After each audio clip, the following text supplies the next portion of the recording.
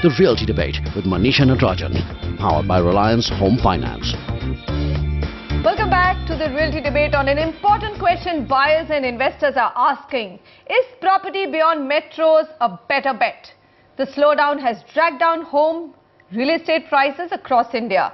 And there's been a meltdown across the country. But the question is, has it been worse in larger cities than Tier 2 cities?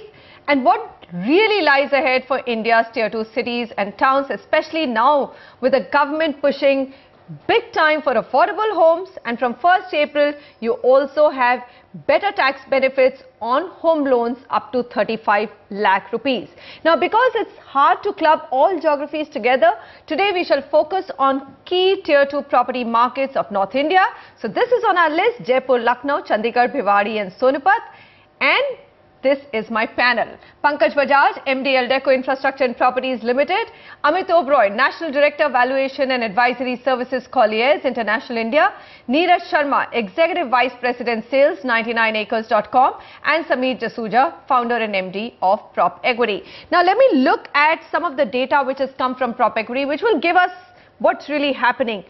All of these markets, weighted average price between 2013 to 2015, if I look at the 2-year CAGR, it's not even 5%. It's lower than that. So other than Jaipur, which between 2014 and 15 did show a healthy growth, the price rise is absolutely below, I would say, even inflation. Good for the buyer? Don't know. We'll come back and ask the panel that. If you look at new launches, well, Bhiwadi is seen minus 70%, Jaipur has dropped by 28%, Lucknow 25% and Mohali by almost 50%.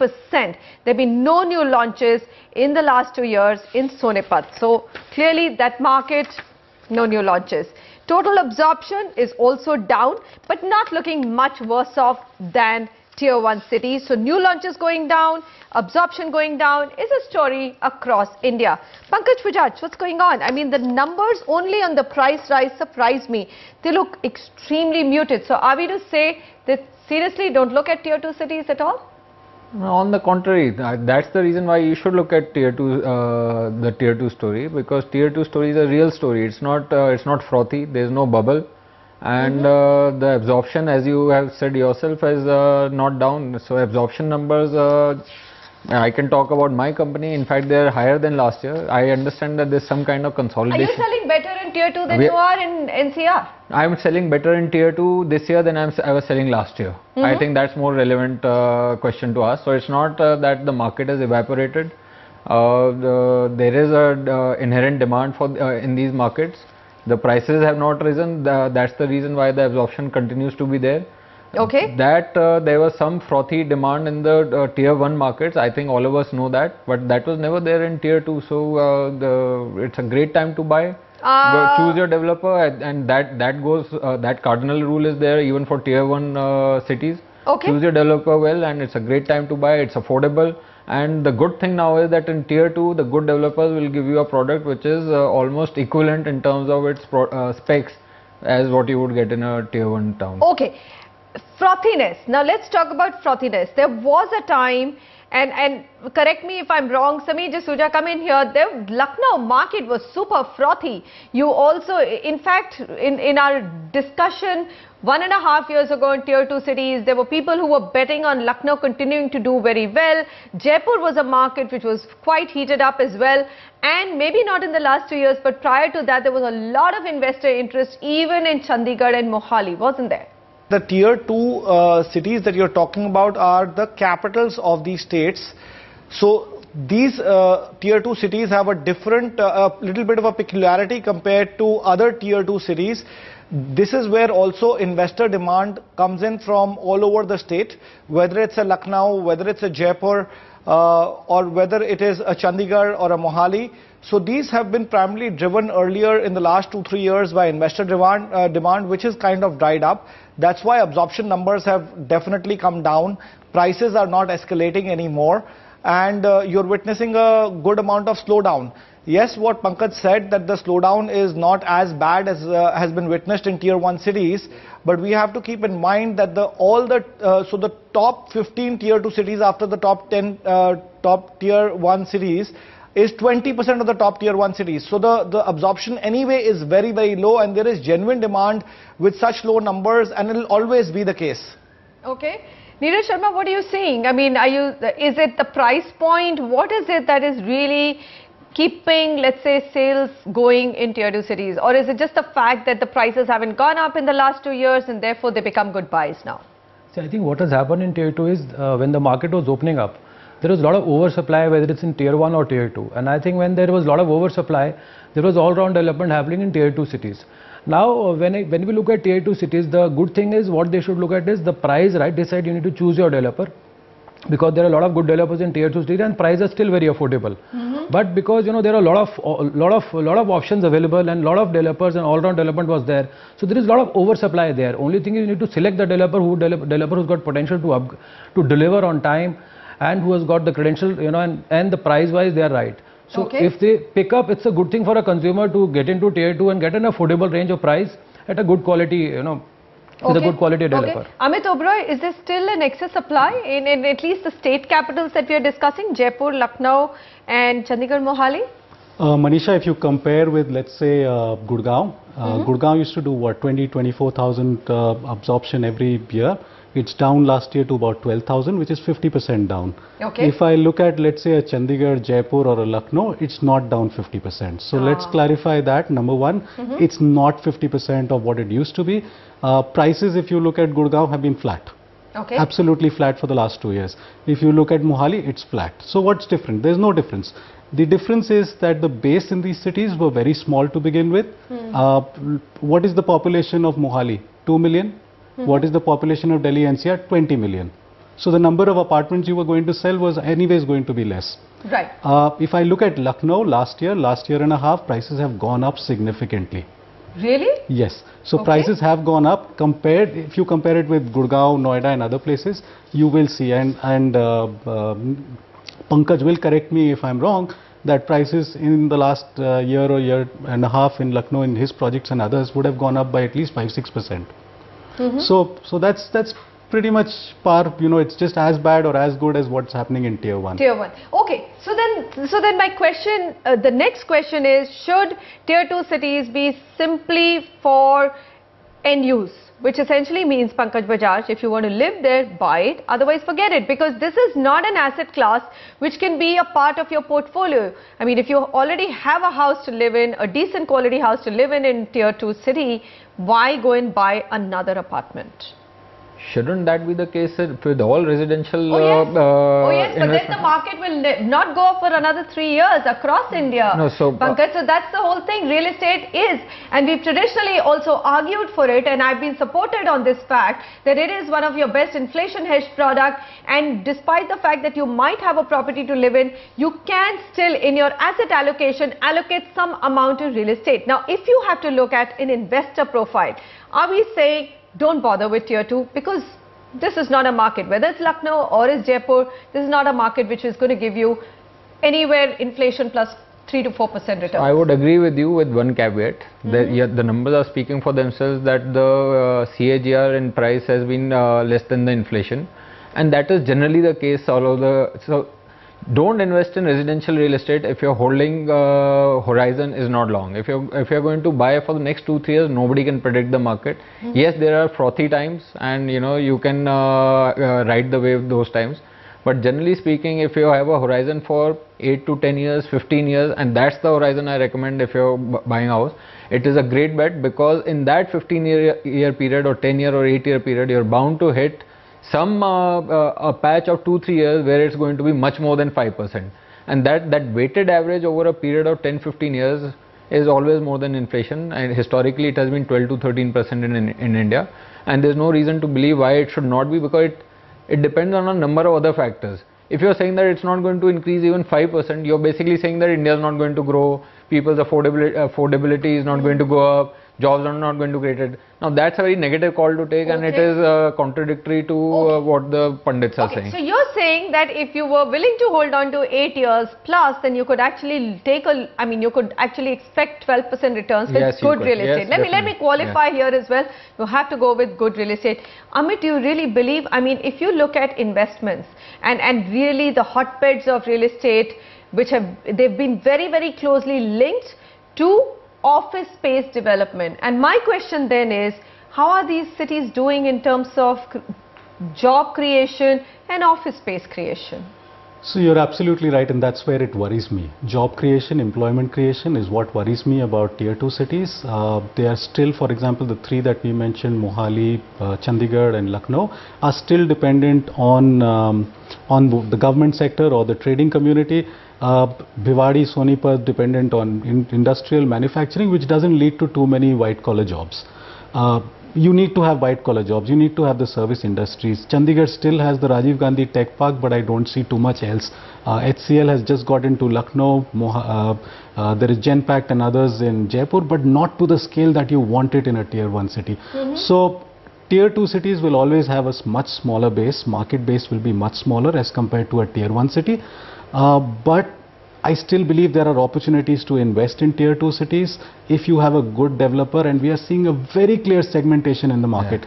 Good developers and not so good developers. Even in a tier 1, even in a Noida, Gurgaon, Bangalore, other places, people are, I mean, good developers are selling, good developers are commanding a good price, but those who have not delivered, those who don't have a reputation are not selling. As simple as that. In Noida itself, you've got one developer whose projects are completely stuck, still not being able to sell or resell at 2100, while you have another developer adjoining who's selling at 4200 because he's been delivering. So that will remain. Sameer Jasuja, what really happened? I mean, remember when we started the property show 3.5 years ago, this entire story of Ajmer Road and Jaipur was so exciting, and today I know for sure that Mahindra is looking to actually sell off their assets on that road and the big cities that they build there.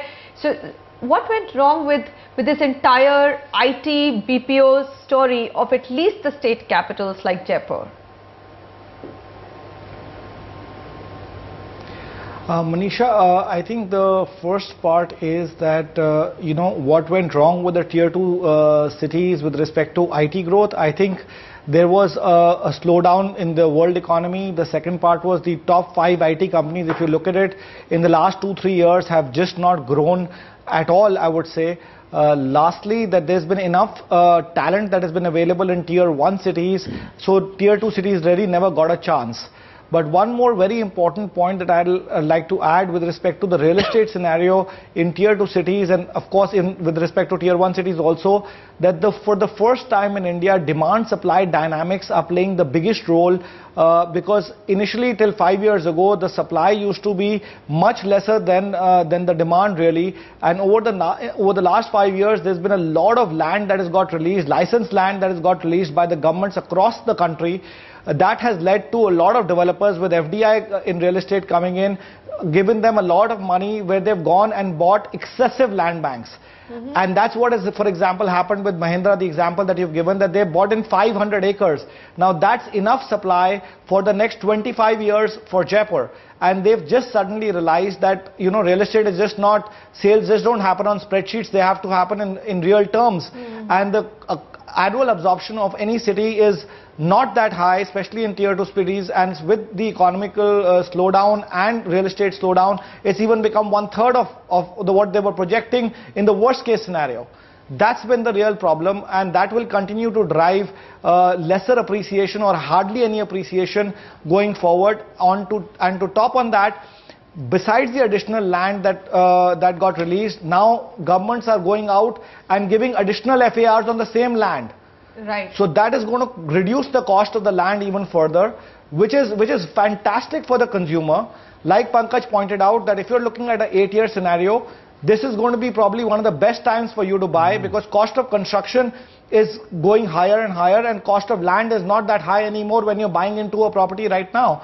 Plus, with the smart cities coming into the country, and 15 out of the 19 cities that we covered, and all the cities that you're going to be talking about in the north, south and the west region are going to be all smart cities going forward. So there's going to be a lot of infrastructure initiatives that will be taken with respect to these tier 2 cities, coupled with the fact that land prices are going to go further down with additional FAR. I think the supply will be a lot, but yet there are good opportunities in these tier 2 cities over a long-term period. Okay, so this is what I'm hearing. This is really the beginning of a party for a buyer. Am I wrong? Amit, come in here. Absolutely right. There's land, there's increased FAR, there are developers who have to continue to compete and deliver good quality, because if they don't do it and deliver it in time, they're not going to get buyers back. And for the first time, prices are not going up, and excess supply is going to keep the prices down for a long time to come. I couldn't agree with you more. So, very simple philosophy: you invest or you buy property when the markets are low, you sell when the markets are high. As simple as that. Is this the time to buy? In tier 2, any of the cities that we saw, and we are talking about North India, let's get specific. Okay. Would you be able to take a bet with any of these cities for 5 years, saying if I buy today, because even if it's an end-use decision, Amit, people do like to, this is the largest life saving, they do need to see it appreciate. It is something that they fall back on for a rainy day. So, out of the 5 cities that we mentioned, I'd go with the bigger cities because the base is much bigger, the market is state capitals. I'd stick with them first and foremost, because there are multiple avenues for employment generation in these cities. Point number 1. And what I've said is a much larger picture. We are talking about this being the low market. I can't predict, no one can predict when the market is going to start going down. Is it the lowest or not? But it is pretty low. And what I'm seeing, the indicators that I'm seeing in the market are, for example, let's say you mentioned when you started off saying there has been no construction for the last 2 years, right? There have been sales in the last 2 years, therefore the overhang is coming down. Therefore the gap between supply and the demand is coming down. Unsold inventory is coming down in most cities. Okay, fair enough. Which is a good thing. And when it reaches a certain critical juncture, prices will start going up. I don't know whether that will happen in 12 months, 18 months, 24 months. I really don't know. But I believe this is a good time to buy. Okay, Pankaj Bajaj, when will prices start looking up? Because you know, you also, when I'm going to developers' offices, I'm hearing another story. There was a time when most developers went through this thing of, we want to create luxury and, you know, super luxury. Then came a time when they said premium and middle segment homes. And now you have a budget which has actually given you a new segment and said, well, if the house costs you 50 lakhs and the home loan is 35 lakhs, then guess what? You get extra tax benefits, which means there should be another spur in demand which developers are getting ready for. And tier 2, is that where you will be building? So are we going to see a surplus of supply coming again? So pricing has become realistic. The house sizes have become realistic. I don't think specs have been brought down by the developers to bring down their cost. If anything, specs are only going up. The specifications, the quality... Extra FAR, does that not help you reduce the price? Yes, of course it helps us reduce the prices, and that's what you're saying in markets across the country, and that's what Samir mentioned. That brings excess supply into the market, and the developer is able to amortize the land cost over a larger area. It's as simple as that. So pricing has become realistic. Density norms, which is something which the developers are always seeking more of with the government. For some reason, they always have very low density norms, and they want it to be a very less dense kind of development. They have been relaxed all over the country, allowing developers to build smaller houses and the ticket prices to become realistic. So prices have become realistic, but I will disagree with you on one point, that there is not going to be any appreciation, and it's going to be flat, and it's going to be, you know, weighed down by the excess supply. You are seeing it across across all markets, including tier 1. Somebody mentioned Noida.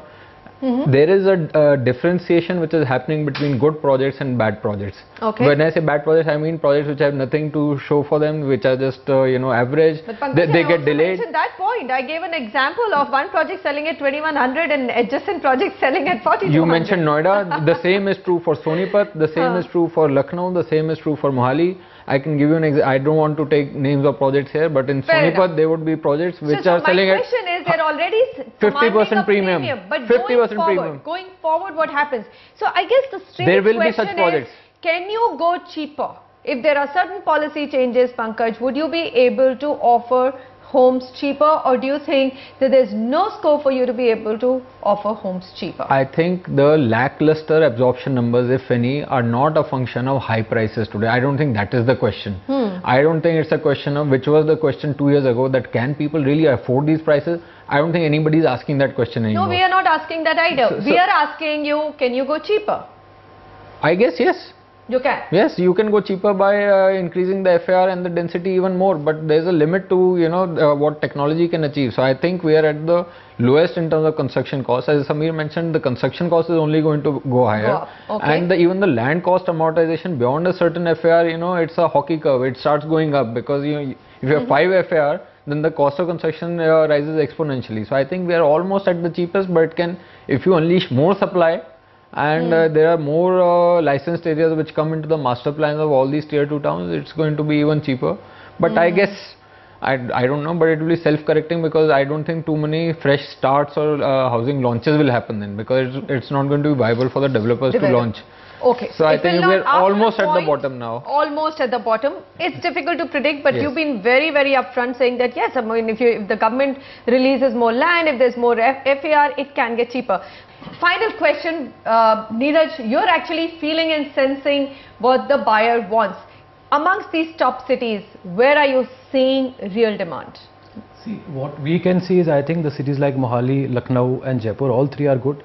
I think cities where there are a lot of job opportunities, for example, Mohali, there are a lot of job opportunities, infrastructure is there, international airport is there. We see there will be some kind of a demand which will still continue. But you know, in all these three cities also we need to be careful that which is the developer we choose and where is the exact location. Because when we talk about certain locations, for example, in Jaipur we talk about Tonk Road, in Lucknow we talk about Sitapur Road, Rai Bareli Road. It's an entire road which stretch will go till 20-30 kilometers. You need to be very careful when you select a location also of a particular project, and along with the credential of a developer. Okay. So if you pick up all that, I think consider these two things. I think Mohali, Jaipur, Lucknow will be a safer bet. If you have, again, what as Pankaj suggested, I think if you've got a 8 to 10 years perspective, I think you'll get a good returns out of it. So 8 to 10 years perspective, that's what you need to keep. You also need to choose your location very carefully and stay with the state capitals, because at least the governments there will fight to do something. Because remember also, we're in an election week. This country is becoming so federal that you will soon have governments competing with each other to actually make their state, and at least state capitals, the best. End user, that's the market which remains today. Gentlemen, thank you very much for bringing us these insights. Pleasure to have you with us. And thanks to all my audience and viewers for joining me on the Real Estate Debate. I'll see you again same time next week. Goodbye.